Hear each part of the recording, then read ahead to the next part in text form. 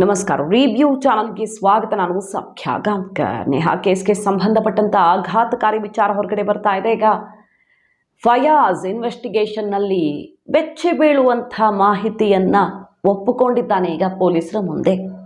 ಹಾಗೆ ನೇಹಾ ತಂದೆ ಈ ಸಾವಿನ ಹಿಂದಿನ, ಕೊಲೆ ಹಿಂದಿನ ಸಂಚಿನ ಬಗ್ಗೆ ಮತ್ತಷ್ಟು ವಿಚಾರಗಳನ್ನು ತೆರೆದಿಟ್ಟಿರೋದು ಮಾಹಿತಿ ಮುಂದೆ ಇಡ್ತಾ ಇದ್ದೀವಿ. ಮಿಸ್ ಮಾಡಿದ್ರೆ ನಮ್ಮ ಚಾನಲ್ನ ಸಬ್ಸ್ಕ್ರೈಬ್ ಮಾಡಿ, ಹಾಗೆ ನಿಮ್ಮ ಅಭಿಪ್ರಾಯ ಕಮೆಂಟ್ ಮಾಡಿ ತಿಳಿಸಿ. ವೀಕ್ಷಕರೇ, ನೇಹಾ ಕೇಸ್ನ ಹಂತ ಹಂತದ ಮಾಹಿತಿಯನ್ನು ನೀವು ನೋಡ್ತಾ ಇದ್ದೀರಿ.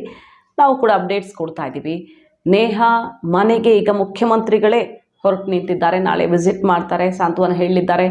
ಸುರ್ಜೇವಾಲಾ ಅವರು ವಿಸಿಟ್ ಹಾಕಿದ್ದಾರೆ, ಸಾಂತ್ವನ ಹೇಳಿ BJP ವಿರುದ್ಧ ಗುಡುಗಿದ್ದಾರೆ. ಈ ಮನೆಯಲ್ಲಿ, ಸಾವಿನ ಮನೆಯಲ್ಲಿ ರಾಜಕಾರಣ ಮಾಡೋದಕ್ಕೆ ಬರಬೇಡಿ.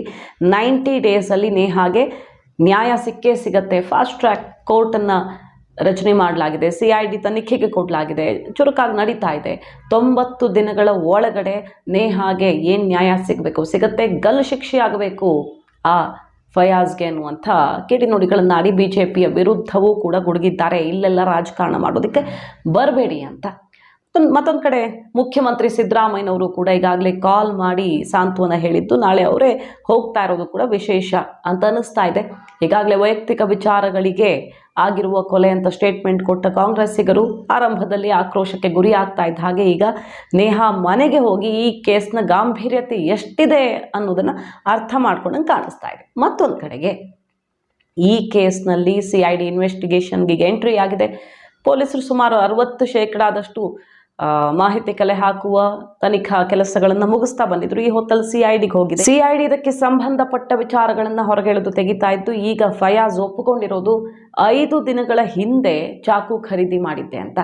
ನೇಹಾ ಕೊಲೆ ಮಾಡೋದಕ್ಕೆ ಅಂತಾನೆ ಪ್ಲಾನ್ ಮಾಡಿದ್ದು. 5 ದಿನಗಳ ಹಿಂದೆ ಧಾರವಾಡದಲ್ಲಿ ಆತ ಚಾಕು ಖರೀದಿ ಮಾಡಿದ್ದ. ಆಕೆಯ ಚಲನವಲನಗಳನ್ನು ಗಮನಿಸ್ತಾ ಇದ್ದ. ಕೊಲೆ ನಡೆದ ದಿನ 2 ತಾಸು ಹೊರಗಡೆ ಕಾದು ನಿಂತು ಆಕೆ ಬರ್ತಾ ಇದ್ದ ಹಾಗೆ ದಾಳಿ ಮಾಡಿರೋದಾಗಿ ಆತ ಒಪ್ಪಿಕೊಂಡಿದ್ದಾನೆ.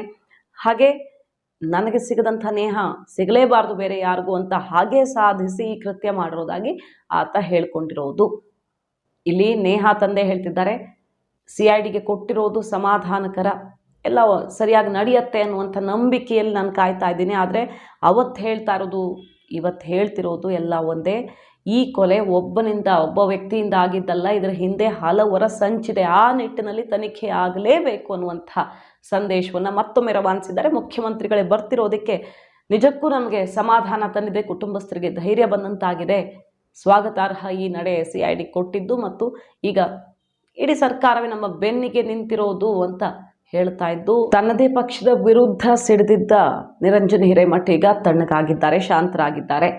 ಸೊ ಇದು ಕೇಸ್ನ ಎಲ್ಲ ಅಪ್ಡೇಟ್ಸ್. ಒಟ್ಟಿನಲ್ಲಿ ಈ ಕೇಸ್ಗೆ ಸಂಬಂಧಪಟ್ಟಂತೆ ಹಲವು ಕೈಗಳಿವೆ.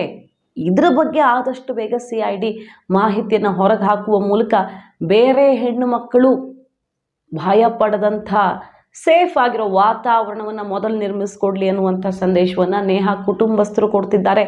ಈಗ ಸರ್ಕಾರ ಕೂಡ ನಾವು 90 ದಿನಗಳ ಒಳಗಾಗಿ ನ್ಯಾಯ ಕೊಡಿಸ್ಕೊಡ್ತೀವಿ ಅನ್ನುವಂಥ ಮಾತನ್ನು ಆಡ್ತಿದ್ದು, ಎಲ್ಲೆಡೆಯಿಂದ ಗಲ್ಲು ಶಿಕ್ಷೆಗೆ ಆಗ್ರಹ ಆಗ್ತಿದೆ. ಮಾಹಿತಿ ನಿಮ್ಗೆ ಇಷ್ಟ ಆಗಿದ್ರೆ ಮಿಸ್ ಮಾಡಿದ್ರೆ ನಮ್ಮ ಚಾನಲ್ನ ಸಬ್ಸ್ಕ್ರೈಬ್ ಮಾಡಿ, ಹಾಗೆ ನಿಮ್ಮ ಅಭಿಪ್ರಾಯ ಕಮೆಂಟ್ ಮಾಡಿ ತಿಳಿಸಿ. Thank you.